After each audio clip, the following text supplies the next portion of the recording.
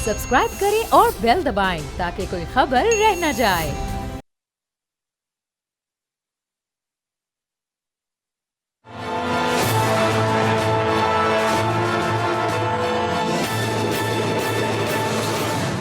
अस्सलाम वालेकुम, मैं हूं अरबाज जहांगीर। आप देख रहे हैं प्रोग्राम तज्जिया। जुमे का दिन एक बार फिर मुस्लिम लीग नून की हुकूमत पर काफ़ी भारी गुजरा है। सुप्रीम कोर्ट ऑफ पाकिस्तान ने सुन्नी इत्तेहाद काउंसिल की मखसूस नशिस्तों से मुतालिक पेशावर हाई कोर्ट और इलेक्शन कमीशन का फैसला कलअदम करार दे दिया। Chief justice of Pakistan justice Qazi Faez Isa की सरबराही में अदालत उज़्मा के 13 रुकनी लार्जर बेंच ने इस केस की समाअत की। अदालत ने 13 मई का इलेक्शन कमीशन का नोटिफिकेशन गैर आईनी करार दिया। 8 और 5 के तनासुब से यह फैसला सुनाया गया है। सुप्रीम कोर्ट के अक्सरियती फैसले में कहा गया है कि इंतखाबी निशान से महरूम रखकर किसी पार्टी को इंतखाबी अमल से महरूम नहीं किया जा सकता। फैसले में वाज़ेह तौर पर कहा गया है कि पाकिस्तान तहरीक इंसाफ एक सियासी जमात है। पीटीआई खवातीन और अक़लियती नशिस्तों की हकदार है। इलेक्शन कमीशन का फैसला आइन के खिलाफ है। Chief justice Qazi Faez Isa, justice Jamal Mandokhail, justice Naeem Afghan, justice Aminuddin Khan ने अक्सरियती फैसले की मुखालफत की है। जस्टिस याया आफरीदी ने अपने इख्तलाफी नोट में कहा है कि वो उम्मीदवार जिन्होंने सर्टिफिकेट दिए हैं वो पीटीआई से हैं, उन्हें पीटीआई के उम्मीदवार करार दिया जाए। पीटीआई को उसी तनासुब से मखसूस नशिस्तें दी जाएं। जस्टिस अमीनुद्दीन खान ने अपने इख्तलाफी नोट में कहा है कि सुन्नी इत्तेहाद काउंसिल की अपील मुस्तरद करते हैं। जस्टिस नईम अफगान ने कहा कि मैं भी जस्टिस अमीनुद्दीन खान के इख्तलाफी नोट से इत्तेफाक करता हूँ। चीफ जस्टिस और जस्टिस जमाल खान मंदूखेल ने इख्तलाफी नोट में कहा कि सुन्नी इत्तेहाद काउंसिल कोई एक नशिस्त भी ना जीत सकी। सुन्नी इत्तेहाद काउंसिल ने मखसूस नशिस्तों की लिस्ट भी जमा नहीं करवाई। 28 फरवरी 2024 को चीफ इलेक्शन कमिश्नर की सरबराही में 5 रुकनी बेंच ने मुत्तफ़िका तहरीरी फैसला जारी करते हुए करार दिया था कि सुन्नी इत्तेहाद काउंसिल मखसूस नशिस्तों की हकदार नहीं है। सुन्नी इत्तेहाद काउंसिल ने इलेक्शन कमीशन के फैसले को पेशावर हाई कोर्ट में चैलेंज किया। उसके बाद मार्च में पेशावर हाई कोर्ट के 5 रुकनी लार्जर बेंच ने इलेक्शन कमीशन के फैसले को बरकरार रखते हुए सुन्नी इत्तेहाद काउंसिल की अपील को खारिज कर दिया। मई में मामला सुप्रीम कोर्ट पहुंचा, जहां जस्टिस मंसूर अली शाह की सरबराही में जस्टिस अतहर मिनुल्ला और जस्टिस मोहम्मद अली मजहर पर मुश्तमिल 3 रुकनी बेंच ने 6 मई 2024 को पहली समाअत में ही पेशावर हाई कोर्ट और इलेक्शन कमीशन के फैसले को मुअत्तल कर दिया।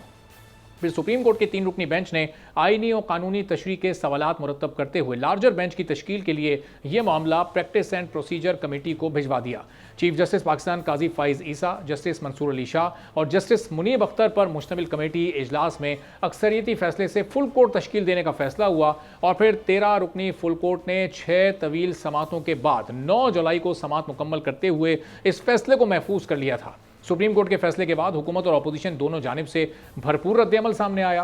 पाकिस्तान तहरीक इंसाफ जहां इस फैसले को आइन और जीत करार दे रही है, वहीं इत्तेहादी हुकूमत इस फैसले को मानने को ही तैयार नहीं है। दोनों तरफ से क्या रद्दअमल सामने आ रहे हैं, जरा देखिए। अब माजी में भी कई ऐसे अहम फैसले हैं जिनकी मिसालें मौजूद हैं जो जुमे के रोज जारी हुए हैं। अब साबिक चीफ जस्टिस इफ्तिखार चौधरी की बहाली का फैसला 20 जुलाई 2007 बरोज जुमाई सुप्रीम कोर्ट ने सुनाया था।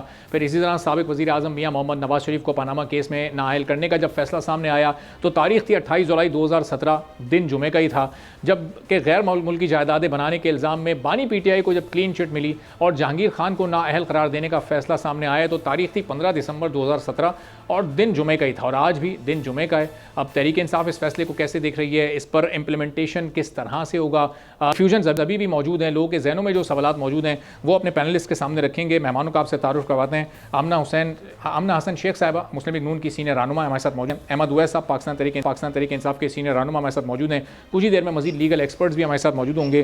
तो अहमद उवैस साहब, पहले ये थोड़ी सी कन्फ्यूजन क्रिएट हो गई है कि सुन्नी इत्तेहाद काउंसिल की जो दरखास्त है उसको खारिज किया गया है, पाकिस्तान तहरीक इंसाफ को ये नशिस्तें अलॉट हुई हैं, तो अब जो असेंबली में इस वक्त नुमाइंदगी है वो तो सुन्नी इत्तेहाद काउंसिल की है। पाकिस्तान तहरीक इंसाफ को ये नशिस्तें किस तरह से मिलेंगी, जरा कानूनी तौर पर इसकी वजाहत कर दीजिएगा। देखिए ना, पीटीआई को एज ए पॉलिटिकल पार्टी तस्लीम कर लिया गया और इसी वजह से ये नशिस्तें उनको जो दे दी गई हैं, तो सुन्नी इत्तेहाद काउंसिल का और इनका जो है आपस में जो दोनों का इत्तेहाद है, दोनों मिलके एक ये पूरी स्ट्रेंथ बन जाएंगे। बड़ा सिंपल एज दैट।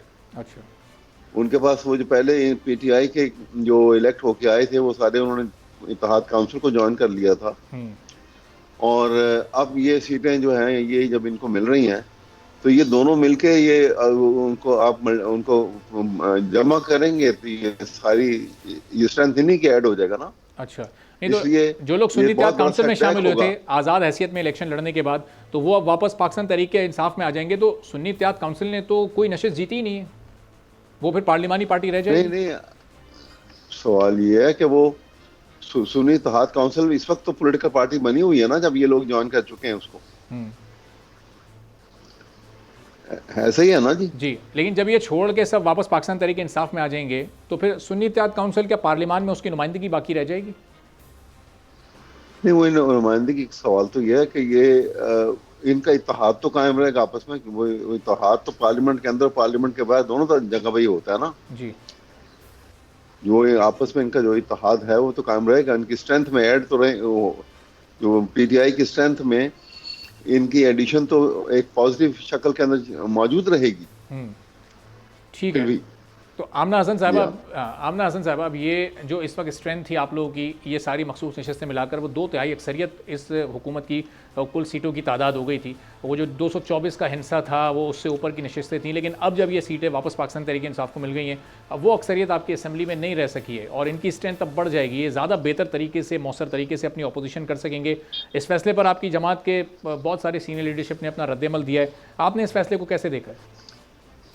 अहबाब, एक तो मैं पहले आपको ये चीज़ क्लैरिफाई कर दूं कि अभी भी बहुत क्लियर मेजॉरिटी है हम लोगों की जो इत्तेहाद है उसकी।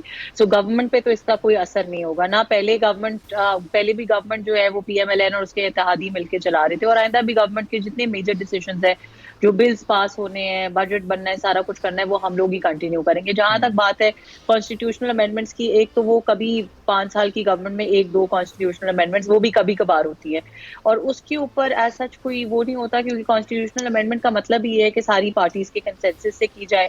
पीटीआई को भी हम लोग वैसे भी हर चीज में इनको ऑन बोर्ड लेना चाहते हैं। हम लोग कोई इंतशार की सियासत नहीं करना चाहते, पाकिस्तान की बेहतरी में काम करना चाहते हैं। सो जहां तक अक्सरियत की बात है, हुकूमत के चलने की बात है, उसके ऊपर तो एब्सोल्युटली कोई डिफरेंस नहीं है। जहां तक इस फैसले की बात है, मैं आपका थोड़ा सा उस पर टाइम लूंगी। सबसे इंपॉर्टेंट चीज ये है एज ए लॉयर ये चीज अंडरस्टैंड करना कि आर्टिकल 245 के अंडर ये एपेलेट ज्यूरिसडिक्शन में आए हुए थे। जब आप एपेलेट ज्यूरिसडिक्शन के 185 के अंदर, ये एपेलेट ज्यूरिसडिक्शन के अंदर जब आप आते हैं तो कोर्ट बाउंड है, जो पिछला फैसला दिया गया उसी की हद तक उसको आइदर वो अपहोल्ड करेगी या वो उसको डिसमिस करेगी। कोर्ट अपनी तरफ से नए फैसले नहीं दे सकती। सो सबसे पहला तो इशू ज्यूरिसडिक्शन का है कि ज्यूरिसडिक्शन ही नहीं है इस चीज की कि अपनी तरफ से वो उन चीजों पे फैसला दिया जाए जो चीजें इन क्वेश्चन ही नहीं है कोर्ट के सामने। Issue number 1। Issue number 2, again jurisdictional issue, कि जो आपके सामने पिटिशनर ही नहीं है, पीटीआई आपके पास आई नहीं, पीटीआई ने आपसे सीटें मांगी नहीं, अंडर व्हाट ज्यूरिसडिक्शन आप उनको सीटें दे रहे हैं? क्योंकि हम जो कॉन्स्टिट्यूशन है वो बड़ा क्लियरली आइडेंटिफाई करता है कि किस कोर्ट की क्या ज्यूरिसडिक्शन है और किस तरह की ज्यूरिसडिक्शन अलहदा होती है, एपेलेट ज्यूरिसडिक्शन अलहदा होती है, किस ज्यूरिसडिक्शन में आप किस तरह का फैसला दे सकते हैं। एपेलेट ज्यूरिसडिक्शन के अंदर आपके पास एक अपील आई है, आपने अपील की हद तक फैसला करना। अच्छा। और इतनी क्लियर बात है जो हमने डाइसेंटिंग नोट में पढ़ी है मंदो खेल साहब की भी सबसे पहले, कि एक ऐसी पार्टी जो ना पार्टी है, ना उन्होंने कोई कंटेस्ट किया इलेक्शन, ना उन्होंने अपनी रिजर्व सीट्स की लिस्ट जमा कराई, ना उनका एक भी पार्लियामेंटेरियन है, वो पार्टी आपके पास आई, आपने एग्री भी किया कि जी उस पार्टी का उस पार्टी की सीटें नहीं बनती। जब उस पार्टी की सीटें नहीं बनती तो एक ऐसी पार्टी, अब मैं आपको 2 इंपॉर्टेंट चीजें यहाँ पे बताना चाहूंगी। इन्होंने कहा कि जी पीटीआई की सीटें बनती हैं क्योंकि प्रोपोर्शनल, आपने पॉलिटिकल पार्टीज को उनकी प्रोपोर्शनैलिटी के हिसाब से सीट्स देनी है आर्टिकल 51(6) के अंडर। अब आर्टिकल 56(1) के अंडर ये बड़ा क्लियरली कहा हुआ है कि जो इंडिपेंडेंट्स आपको विद इन 3 डेज ज्वाइन करके उनके प्रोपोर्शन के हिसाब से, विद इन 3 डेज जितने लोग इंडिपेंडेंट कंटेस्ट किया था जिन्होंने, उन सब ने within 3 days Sunni Ittehad council join कर ली। इन्होंने ओरिजिनली पहले से ही अनाउंस कर दिया था, लेकिन ऑफिशियली उन्होंने विद इन 3 डेज ज्वाइन कर ली। अब आप उनको किस बेसिस के ऊपर, आप नॉट ओनली के कॉन्स्टिट्यूशन रीराइट कर रहे हैं, आप पूरा अमल दोबारा से कर रहे हैं। जो ज्यूरिसडिक्शन का बड़ा ही वो इंपॉर्टेंट नुकता है, और अहमद उवैस साहब और उनकी जमात का एक अपना मौक़िफ़ है। तो एक न्यूट्रल लीगल ओपिनियन ज़रा हम ले लेते हैं। रियासत अली आज़ाद साहब हमारे साथ मौजूद हैं, इस्लामाबाद हाई कोर्ट बार के सदर हैं। तो रियासत अली आज़ाद साहब, जो जुरिस्डिक्शन का इस वक्त पॉइंट आमना साहबा उठा रही हैं कि सिर्फ अपील की हद तक ही सुना जा सकता है सुप्रीम कोर्ट में, या और फिर PTI वहाँ पर कंप्लेनेंट थी नहीं, वो एक मुतासरा फरीक थी नहीं, और उसके हक़ में फिर जिस तरह से ये फैसला सामने आया, तो ज़रा इस पर आप अपना भी पॉइंट ऑफ व्यू दीजिएगा कि इस फैसले को आपने कैसे देखा है, ये दुरुस्त फैसला है या कुछ तहफ़्फ़ुज़ात हैं आपके इस पर? देखिए, बात यह है कि जब इलेक्शन हुए उस सिचुएशन में PTI से निशान दे दिया गया था, जिसको सुप्रीम पाकिस्तान ने ये कहा कि हमारे फैसले को गलत किया गया है और हमने तो ये कहा ही नहीं है। तो जुल्फ़िकार अली भुट्टो केस में अगर आप देखें तो सालों के बाद अंडर आर्टिकल 186 को, जिसके अंदर आर्टिकल 10A जो था वो नहीं दिया गया था, सुप्रीम कोर्ट ऑफ पाकिस्तान ने इस जुरिस्डिक्शन में 186 में जो रेफरेंस भेजा गया था प्रेसिडेंट की, उसको उन्होंने रेक्टिफाई कर दिया, रिव्यू कर दिया। अब इसके अंदर चूंकि ये तो पार्टी नहीं रही थी, इनको तो उन्होंने आजाद डिक्लेयर कर दिया था, इन्होंने फिर लाजमी बात है आजाद लड़ के तो एक पार्लियामानी पार्टी को ज्वाइन करना था, जो आर्टिकल 51 कॉन्स्टिट्यूशन का है उसके अंदर मेंशन है। उसके अंदर किसी जगह पे ये नहीं लिखा गया कि वो सीटें जीत के आएगी नहीं आएगी, पार्लियामानी पार्टी का लफ्ज इस्तेमाल, इन्होंने उसको ज्वाइन कर दिया। अब उन्होंने उसको चैलेंज किया तो वो अपनी पॉलिटिकल पार्टी तो रही नहीं थी कि वो तहरीक इंसाफ के नाम से वो जाके तो चैलेंज करते, तो उन्होंने इत्तेहाद ही से करना था। अब जो आर्टिकल 187 है उसके अंदर सब आर्टिकल 1 है, उसके अंदर है complete justice, substantial justice. Supreme court जो है किसी ज़ाब्ते की पाबंद नहीं है, अगर वो कंप्लीट जस्टिस देना चाहती तो with in that domain of article 187 उन्होंने ये फैसला किया। उन्होंने इलेक्शन कमीशन का वो नोटिफिकेशन भी सस्पेंड कर दिया और PTI वापस अपनी उस एंटी स्टेटस को पोजीशन पे चली गई। अब उनको सीटें भी मिल गई, उनकी पार्टी का स्टेटस भी रिस्टोर हो गया है। अब बात ये आती है कि क्या जो 51 के अंदर प्रोपोर्शनेट का जिक्र किया गया था, मुतनासिब नुमाइंदगी का किया गया था, उसके लिए वो इंटाइटल है, और मेरिट भी यही कहता है, law favour the adjudication on merit rather than the technicalities. एक इरेगुलरिटी हुई थी जो क्योरेबल थी और सुप्रीम कोर्ट ने उसको दुरुस्त कर दिया है। अब ये कहना कि ये एरर जुरिस्डिक्शन है, फुल कोर्ट का फैसला है, अंडर आर्टिकल 189 बाइंडिंग फोर्स है, वो मेरे ऊपर भी, आप पे भी, हर इदारे पे भी वो बाइंडिंग है। मेरी नाकस राय में मेरे से 1000 इख्तलाफ किया जा सकता है। बीइंग स्टूडेंट ऑफ लॉ मैं ये सब समझता हूँ कि ये सब्सटेंशियल जस्टिस हुआ है, कंप्लीट जस्टिस हुआ है। अच्छा। और मैं समझता हूँ जब आप इसको कंप्लीट जस्टिस कह रहे हैं, तो फिर अभी आपने जिस इरेगुलरिटी का जिक्र किया, जब एक फैसला इलेक्शन कमीशन का कलअदम हुआ, तो उस कलअदम होने का मतलब ये कि गलत फैसला था, इसको हम कलअदम कर रहे हैं, तो फिर उस फैसले के खिलाफ या उस फैसला करने वालों के खिलाफ भी कहीं कोई एक्शन या कोई कार्रवाई बनती है, या इस फैसले में शामिल है या शामिल होना चाहिए था ऐसी किसी कार्रवाई को भी? उसमें ये बात है कि आर्टिकल हो, कोई हाइफन हो, कोई कॉमा, कोई फुल स्टॉप हो, कोई आर्टिकल को सब आर्टिकल हो, उसको सबवर्ट किया जाए, सस्पेंड किया जाए, एब्जेंस में रखा जाए, उस पर अमल ना किया जाए, तो that is likely an amount of article 6। लेकिन वो अख्तियार है पार्लियामेंट का, तो ये PTI अब चूंकि पार्लियामेंट में एज ए पार्टी डिक्लेयर हो गई है, तो they can move, they can proceed, वो वहां पे रिक्वेस्ट। और रियासत साहब, मैं इससे पहले मैं अहमद साहब के पास जाऊं, ये भी बता दीजिएगा कि PTI कौमी असेंबली में अब नंबर वाइज सबसे बड़ी जमात क्या बन जाएगी, जब इनके सारे उम्मीदवार भी वापस आ जाएंगे अपनी जमात में, और फिर इनको ये इजाफी नशिस्तें मिल जाएंगी, चूंकि आज़ाद हैसियत में सबसे बड़ा वो नंबर था कि जिसने कामयाबी हासिल की थी, तो ये अब सबसे बड़ी जमात सिंगल लार्जेस्ट पार्टी कहलाएगी? ऑफिशियली तो देखें आप, चूंकि 15 दिन इन्होंने दिए, तो उसके अंदर ये अपनी लिस्ट भी देंगे, तो फिर क्वांटम ऑफ सीट्स दे के सिंगल लार्जेस्ट पार्टी तो PTI बनेगी। अच्छा। लेकिन चूंकि इनके पास ओवरऑल मेजॉरिटी नहीं है, चूंकि हुकूमत जो इस वक्त वो सिंपल मेजॉरिटी के साथ इनसे आगे है। अब सवाल ये पैदा होता है कि देखिए, हुकूमत तो नहीं गिराई जा सकती, ना कोई ऐसा हो सकता। हाँ, जो हुकूमत में बैठे उनमें अगर कोई एक आध पॉलिटिकल पार्टी उधर से हट के इनके साथ कर लेती है और नो कॉन्फिडेंस आ जाता है, तो फिर चेंज हो सकती है। ठीक है। अदरवाइज इनकी मेजॉरिटी जरूर होगी है, single largest party in the national assembly वो बन गई है, उसमें कोई शक नहीं है। ठीक है। तो अहमद उवैस साहब, अब आपकी जमात का जो एक ऑपोजिशन का रोल था, अब उसकी सिमत क्या होगी कि अदम एतमाद, चूँकि अब आपका नंबर बढ़ चुका है, अभी आप ज़ाहिर है अकेले तो तने तना तो ये हुकूमत नहीं गिरा सकते, लेकिन क्या किसी हुकूमती इत्तेहादी को अप्रोच करेंगे जिस तरह आप लोगों के ख़िलाफ़ अदम एतमाद आई थी, उस तरह की कोई स्ट्रेटजी होगी, या फिर जो सड़कों पर और अपने जिस तरीक़ेकार पर आप इस वक्त एहतजाज कर रहे हैं और इलेक्शन में इंसाफ का मुतालबा कर रहे हैं, तो ये सिलसिला इसी तरह चलता रहेगा? देखिए ना, बात ये है कि एक तो एस्पेक्ट ये है कि हमारा ये स्टांस जो है वो तकवीत भी पहुंचेगी और पहुंच रही है हालात के साथ, कि ये एक फॉल्स मैंडेट की बुनियाद के ऊपर झूठे ओथ उठाकर ये हुकूमत बना के बैठ गए हैं। लिहाजा हम एहतजाज करते रहेंगे और हमारे एहतजाज जो है वो खुले मैदानों में भी होगा और पार्लियामेंट के अंदर भी होगा, क्योंकि वो हमारा एक जायज़ हक है, क्योंकि अवामी मैंडेट को ना सिर्फ चुराया गया है बल्कि उसको गलत इस्तेमाल शक्ल दे दी गई है, और इससे मुल्क जो है वो उसकी सालमियत जो है उसको बहुत बड़ा धचका लगा है।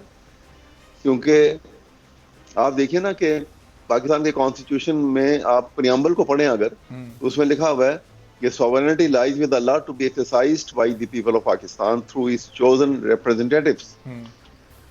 अब वो इसका मतलब है कि अल्लाह की ताकत के बाद अवाम की ताकत से जो हुकूमत बनेगी उसी को हक है हुकूमत बनाने का और अवाम के उस मैंडेट को चलाने का जिसको अवाम ने सिलेक्ट किया है, इलेक्ट किया है। यहाँ पे एक बात तो वाज़ेह है कि जो इलेक्शन वाला प्रोसेस है वो उसके खिलाफ इनका एहतजाज है वो चलता रहेगा। बाकी ये बात जो है, ये डायनामिक्स जो हैं ये डेवलप होते हैं और यकीनन पार्लियामेंट के अंदर भी बाहर भी उस प्रोसेस के खिलाफ भी आप मुख्तलिफ ट्रिब्यूनल्स में और अदालतों में मौजूद हैं। तो अब जो आज का फैसला आया, इससे कम से कम अदलिया पर तो आपका ट्रस्ट बढ़ा होगा ना, चूंकि चीफ जस्टिस के खिलाफ आपकी जमात की एक अपनी सोच थी, एक अपनी डिमांड थी, लेकिन उसके बावजूद देखें ये फैसला सामने आया।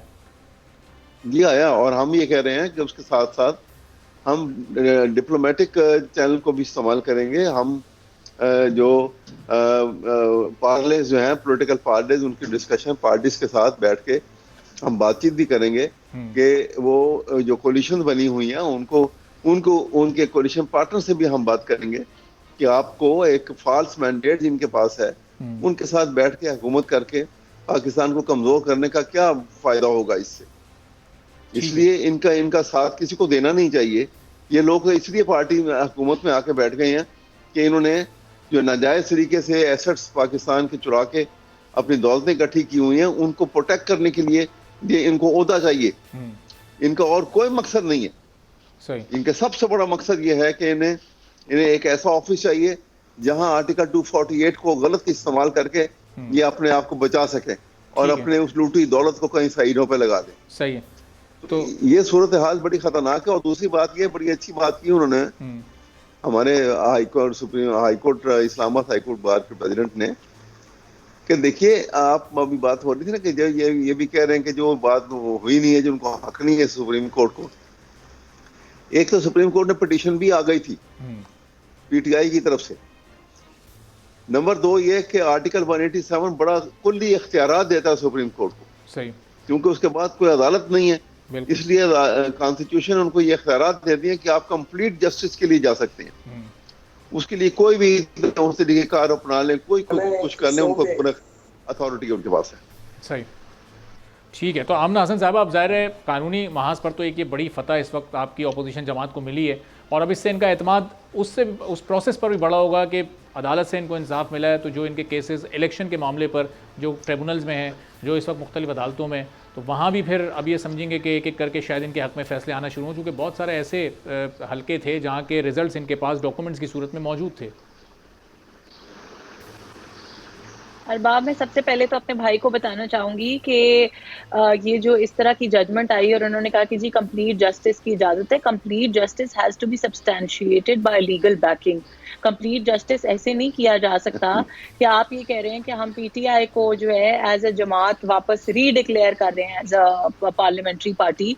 एक ऐसी पार्टी जिसके पास इलेक्शन सिंबल नहीं था, उन्होंने कहा जी इलेक्शन सिंबल का पार्टी की एग्जिस्टेंस से कोई ताल्लुक नहीं है। मुझे आप ये बताएं कि इलेक्शन सिंबल का कैसे ताल्लुक नहीं है? पार्टी अगर ऑन पेपर एग्जिस्ट करती है, इलेक्शन कमीशन में कोई 1000 कुछ पार्टीज हैं जो रजिस्टर्ड हैं। बट क्या उनको इलेक्शन लड़ने की इजाज़त है, उसके लिए बहुत सारे उनके एक प्रॉपर एक लीगल प्रोसीजर है।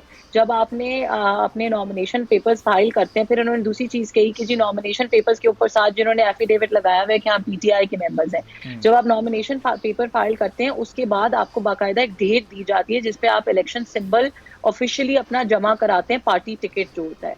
जब उन लोगों ने वो पार्टी टिकट ही नहीं जमा कराया, तो उसकी क्या उनके पास उसकी क्या उस एफिडेविट की क्या हैसियत है? जब आपने इलेक्शन कमीशन के स्केड्यूल को अबाइड नहीं किया, आपने, मैं कहती हूँ कि अगर गलती से भी नहीं किया, और ऐसी बहुत सारी मिसालें मौजूद हैं कि जब for any reason, not just with PTI, for any reason अगर कोई शख्स within the stipulated time अपना पार्टी टिकट जमा नहीं कराता, तो उसको वो पार्टी का उसका नहीं समझा जाता। तो ये आप कैसे कर सकते हैं? ये कौन सा आप आमना साहब जो गुफ्तगू आप कर रही हैं, जिसने पार्टी टिकट दिया? इलेक्शन कमीशन का जो रिएक्शन आया, वजाहत आई है, वो भी एग्जैक्टली मैं आता हूँ अहमद साहब के पास, लेकिन इलेक्शन कमीशन ने भी बिल्कुल यही बात की है इस फैसले पर। इलेक्शन कमीशन ने कहता है किसी पार्टी का उम्मीदवार होने के लिए पार्टी टिकट और डिक्लेरेशन रिटर्निंग ऑफिसर के पास जमा कराना जरूरी है। अब इन उम्मीदवारों ने टिकट और डिक्लेरेशन जमा नहीं करवाया था, लिहाजा रिटर्निंग ऑफिसर्स के लिए मुमकिन नहीं था कि वो इनको पीटीआई का उम्मीदवार डिक्लेयर करते। लेकिन अब बहरहाल ये फैसला तो आ चुका है, तो अब क्या हुकूमत इसको अपने ओन पर क्या नजरसानी की दरखास्त आप लोग करेंगे? फैसले तो अरबाब फैसले वो बिल्कुल करेंगे, वो डिसीजन जो है वो कैबिनेट का है, कैबिनेट इस पे मशावरत करेगी और वो डिसीजन करेगी। बट फैसले तो इस मुल्क में ऐसे ऐसे आए, हमने बहुत सारे फैसले देखे। जिस नवाज शरीफ को इन अदालतों ने कहा कि वो कॉन्विक्ट है, उन्होंने ही बाद में रियलाइज किया कि हमसे गलत डिसीजन हुआ। नॉट ओनली दैट, मैं सिर्फ अदालतों की बात नहीं कर रही, बहुत सारे केसेस जो इनकी गवर्नमेंट में PMLN को विक्टिमाइज करने के लिए बनाए गए, इनके अपने मेंबर्स ने बाद में आके कहा कि हमने गलत केसेस बनाए। तो फैसला अगर गलत है तो हमारे ऊपर as citizen and as parliamentarians ये ड्यूटी है कि हम आवाम को सही पिक्चर तो देना कि अगर गलत पॉइंट आपका अहमद साहब आ गया। तो अगर 10 सेकंड में अहमद साहब अगर आप जो जवाब देना चाहते जल्दी से काइंडली कंप्लीट करिए। मैं सब, हाँ जी, मैं कहूंगा कि देखिए बात यह है कि सुप्रीम कोर्ट की फुल कोर्ट की जजमेंट जो 8 कितने से है ये 8 मार्च की थी, 8 मार्च की मेजॉरिटी 8 मार्च की जजमेंट जो है, इस जजमेंट को हम बैठ के किसी भी एतबार से ये नहीं कह सकते कि ये गैर कानूनी जजमेंट है, ये गैर कानूनी फैसला है।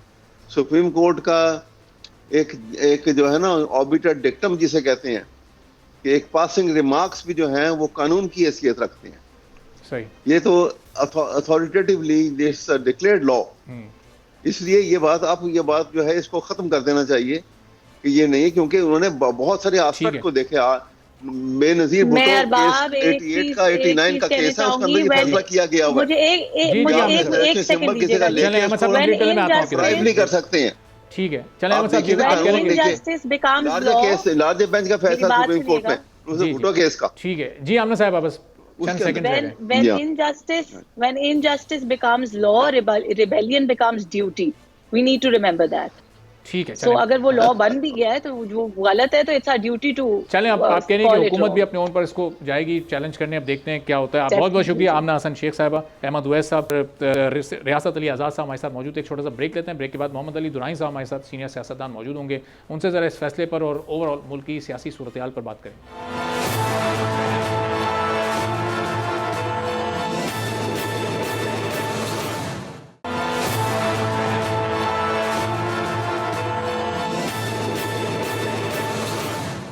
एक बार फिर आपको प्रोग्राम में खुशामदीद कहेंगे। मखसूस नशस्तों से मुतालिक सुप्रीम कोर्ट का फैसला 8 मार्च के तनासुब से पाकिस्तान तहरीक इंसाफ के हक़ में आ चुका है।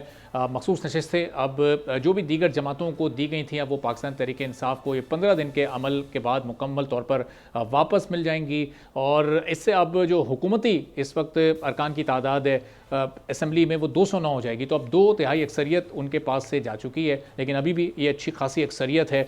और पाकिस्तान तहरीक इंसाफ को बहरहाल अब ये ज़्यादा नशस्तें मिलने के बाद जो उनकी एक अपोजिशन है उसमें न सिर्फ एक मज़ीद तवानाई आ सकती है, और फिर अब जो अदालतों पर उनका एक एतमाद है और जो कुछ तहफ़्फ़ुज़ात थे उनके ख़ास तौर पर चीफ जस्टिस साहब को लेकर, शायद उसमें कुछ कमी आई और उनका एक ट्रस्ट डेवलप हुआ इस निज़ाम पर, चूँकि यहीं से उन्हें बहरहाल आज ये इंसाफ मिला है। अब क्या सूरत हाल बनेगी इस फैसले के, क्या इम्पैक्ट पाकिस्तान की आने वाली सियासत पर आने वाले दिनों पर पड़ सकते हैं, गुफ्तगू हम करेंगे। मोहम्मद अली दुरानी साहब सीनियर सियासतदान हमारे साथ मौजूद हैं। दुरानी साहब बहुत शुक्रिया प्रोग्राम के लिए, आपने वक्त निकाला। अब ये इस फैसले पर मसले पर हुकूमत तहफ़्फ़ुज़ात का इजहार भी कर रही है। इस पर नज़रसानी अपील भी शायद गालिबन दायर हो जाए, वो काबीना के इजलास में मामला तय पाएंगे।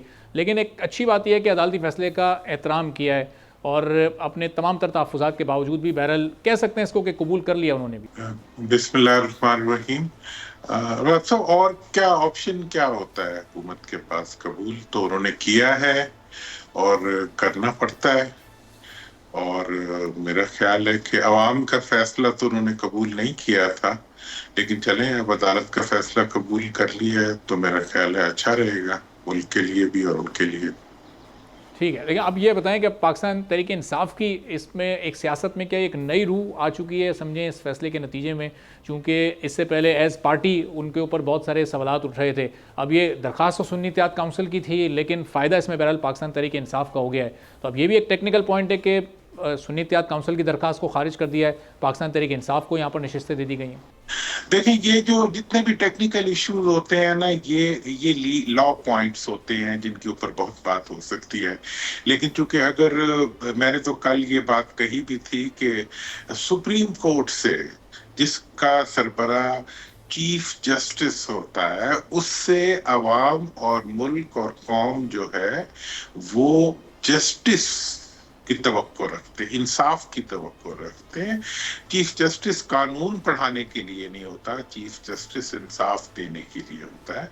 तो मेरा ख्याल ये है कि इसकी कानूनी मुशगाफियां तो जितनी मर्जी कोई कर ले, लेकिन फैसला तो अवाम की नजर में ये फैसला इंसाफ पे मबनी है। और ये फैसला अगर 8 फरवरी से पहले कबूल कर लिया जाता तो इस फैसले की जरूरत ही ना पड़ती कि भाई जो अवाम फैसला करेंगे वो कर दिया जाएगा। ना निशान खत्म कराना पड़ता, ना लोगों में घरों में घुस के उनकी बेइज्जती करनी पड़ती, ना उम्मीदवारों को उठाना पड़ता, ना फॉर्म 45 और 47 को पे लड़ना पड़ता। सब कुछ असूली तौर पे हो जाता है। लेकिन हमें आदत है कि हम बादस खराबी बिस्यार जो है, हम वही काम करते हैं जो उससे पहले भी हम कर सकते हैं। तो हुकूमत 8 फरवरी के बाद जब बनी थी तब भी गैर आईनी और गैर कानूनी थी। मेरा ख्याल है आज भी उसके पास कोई इखलाकी जवाब नहीं है। और जो ये सुप्रीम कोर्ट का फैसला आया है, ये सिर्फ मखसूस सीटों तक नहीं है। मेरा ख्याल है कि ये फैसला पूरे इलेक्शन के अमल को गैर शफाफ, मुतनाज़िया और गैर जमहूरी डिक्लेयर कर दिया गया है इस फैसले के से। और दुआई साहब, एक जो तासुर था कि अदालतों पर बहुत दबाव है, जजेस पर दबाव है, ये कहा जा रहा था कि ये फैसला शायद पाकिस्तान तहरीक इंसाफ के हक़ में ना आए, लेकिन इस फैसले के ज़रिए साबित किया जजेस ने भी कि देखें किसी दबाव को उन्होंने नहीं कबूल किया। जो मेरिट पर जो फैसला बनता था वही सामने आया और तनासुब भी आप देखें अच्छा खासा डिफरेंस है 8-5 का। देखें साहब, 8 फरवरी से मैं एक ही बात, उस दिन से आपसे तो मुसलसल बात होती रही है, मैंने हमेशा एक ही बात कही है कि जब अवाम खड़े हो जाते हैं तो मुल्की इदारे जो होते हैं वो अवाम की राय के मुखालिफ नहीं जाया करते। और अवाम की आवाज़ खल्क को नकारे खुदा समझो, अवाम की जो राय होती है वो बरमबनी इंसाफ होती है। तो इसलिए अवाम ने एक राय दी थी, उस राय को अभी तक उस राय पे तो अमल दरामद नहीं हुआ, लेकिन ताकत के जोर से, थाने के जोर से, पुलिस के जोर से अवाम के फैसले को डेफर करना, उसको अमल तक ना आने देने का जितना भी सिलसिला आज तक जारी रहा है, मैं समझता हूं कि ये एक नाआकबत अंदेशाना इक़दाम था हुकूमत का, और आज भी नाआकबत अंदेशी पे मबनी इक़दाम है। इस वक्त हुकूमत को और तमाम पॉलिटिकल पार्टीज को अवाम की राय के सामने सरेंडर करते हुए आगे बढ़ने के लिए जमहूरी रास्ते पे आ जाना चाहिए।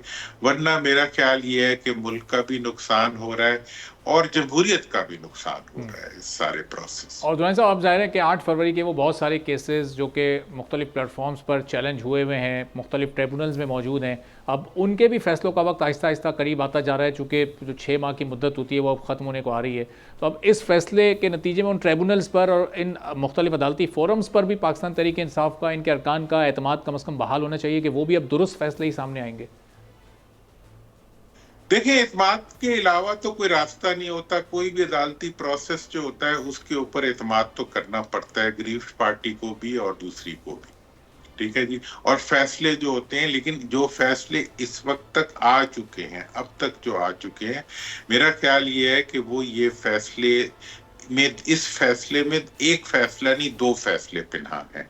एक इसमें ये फैसला पिना है कि 8 फरवरी के इलेक्शन जो थे वो फेयर एंड फ्री और रियल इलेक्शंस नहीं थे। इसी फैसले में ये चीज पिना है कि अगर इंतखाबी निशान उनका था और उनको नहीं दिया गया, इंतखाबी निशान था और उसमें उनको नहीं लड़ने दिया गया, तो पहली बात तो ये हो गई कि उनके ऊपर ये बात इस फैसले से मजीद आया हो गई कि 8 फरवरी के इंतखाबात जो थे वो फेयर एंड फ्री नहीं थे। दूसरी चीज जो इस फैसले से बिल्कुल आया हो के सामने आ गई है कि वो इलेक्शन कमीशन गद्दारी का मुर्तकिब हुआ है और इलेक्शन कमीशन ने आवाम के राय के रास्ते में रुकावट बनने की कोशिश की है। तो इसका मतलब ये है कि फॉर्म 45 और 47 के इश्यूज और ये तमाम इश्यूज जो हैं ये एक नया रुख अख्तियार कर चुके हैं और इस नए रुख को आप अगले चंद दिनों में देख लेंगे। मैंने तो पहले भी लास्ट टाइम भी आपके प्रोग्राम में कहा था कि हुकूमत जिस रुख पर जा रही है इसका मेल्ट डाउन हो जाएगा और अदलिया के फैसलों और अवाम के दबाव की वजह से ये हुकूमत पिघल जाएगी। और मैं अब ये कह रहा हूं कि अब इस सारे प्रोसेस का जो इस वक्त चल रहा है इसको अभी भी अकल के और शऊर के और इंसाफ के दामन को पकड़ते हुए हुक्मरान पार्टियों को फौरी तौर पे रिकंसिलिएशन की तरफ, कैदियों की रिहाई की तरफ और डायलॉग की तरफ बढ़ जाए।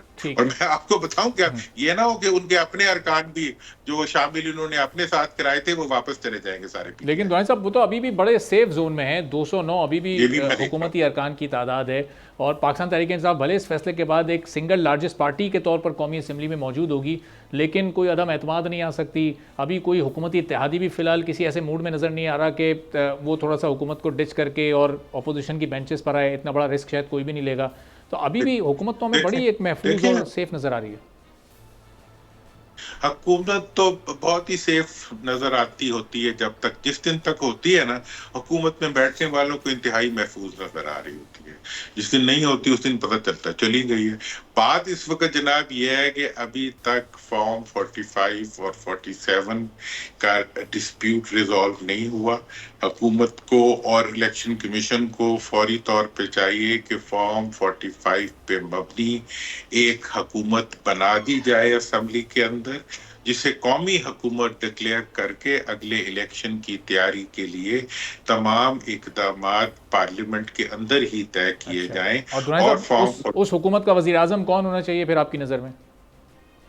वजीर आजम, देखें अब ये मैं आपको बड़ी एक दिलचस्प बात बताऊं बात सब कि हमारे यहाँ जी कभी वजीर आजमों को जी मुद्दत नहीं पूरी करने दी गई, ये हो गया। क्या ये मतलब कौन लोग ये बातें करते हैं? मुझे समझ नहीं आती कि वो किस दुनिया में रहते हैं और किस जमहूरियत को पढ़ते हैं। हमारे बड़े बड़े दानिशमंद जी कभी मुल्क में, भाई जितने डेमोक्रेटिक ये जो पार्लियामेंट्री सिस्टम होता है इसमें हर मुल्क में ऐसे ही होता है। पार्लियामेंट्री सिस्टम में तो जब पार्लियामेंट के अंदर किसी की अक्सरियत बदल जाती है तो वजीर आजम भी बदल जाता है। नो कॉन्फिडेंस वोट आता है तब भी बदल जाता है, ना भी आए तब भी बदल जाता है। अक्सरियत एक तरफ से दूसरी तरफ हो जाए तब भी बदल जाती है। तो वजीर आजम, बरतानिया का वजीर आजम मुद्दत पूरी नहीं करता, जर्मनी का पूरी नहीं करता, कई मुल्कों का पूरी नहीं करता। मतलब यहाँ ये जो मरूसी आमरियत से निकले हुए हुक्मरान है, ये हुक्मरानी को अपना हक समझते हैं और मुद्दत को भी अपना हक समझते हैं।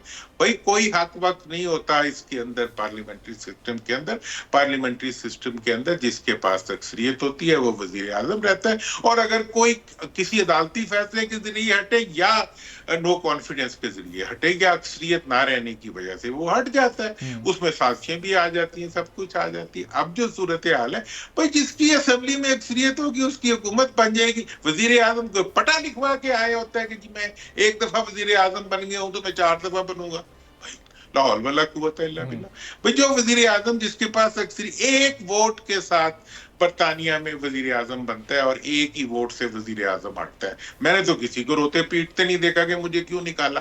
भाई बात तो सिंपल सी है कि जिसके पास अक्सरियत है उसकी हुकूमत है, जब तक अक्सरियत है तब तक हुकूमत है। ठीक है, और आप इज्जत करें अवाम के वोट की, और वो करनी चाहिए मेरे ख्याल। बिल्कुल सही। बहुत बहुत शुक्रिया मोहम्मद अली इब्राहिम साहब, सीनियर सियासतदान हमारे साथ मौजूद थे। गुफ्तगू इसी के साथ आप नाज़रीन प्रोग्राम से इजाज़त दीजिए। अल्लाह।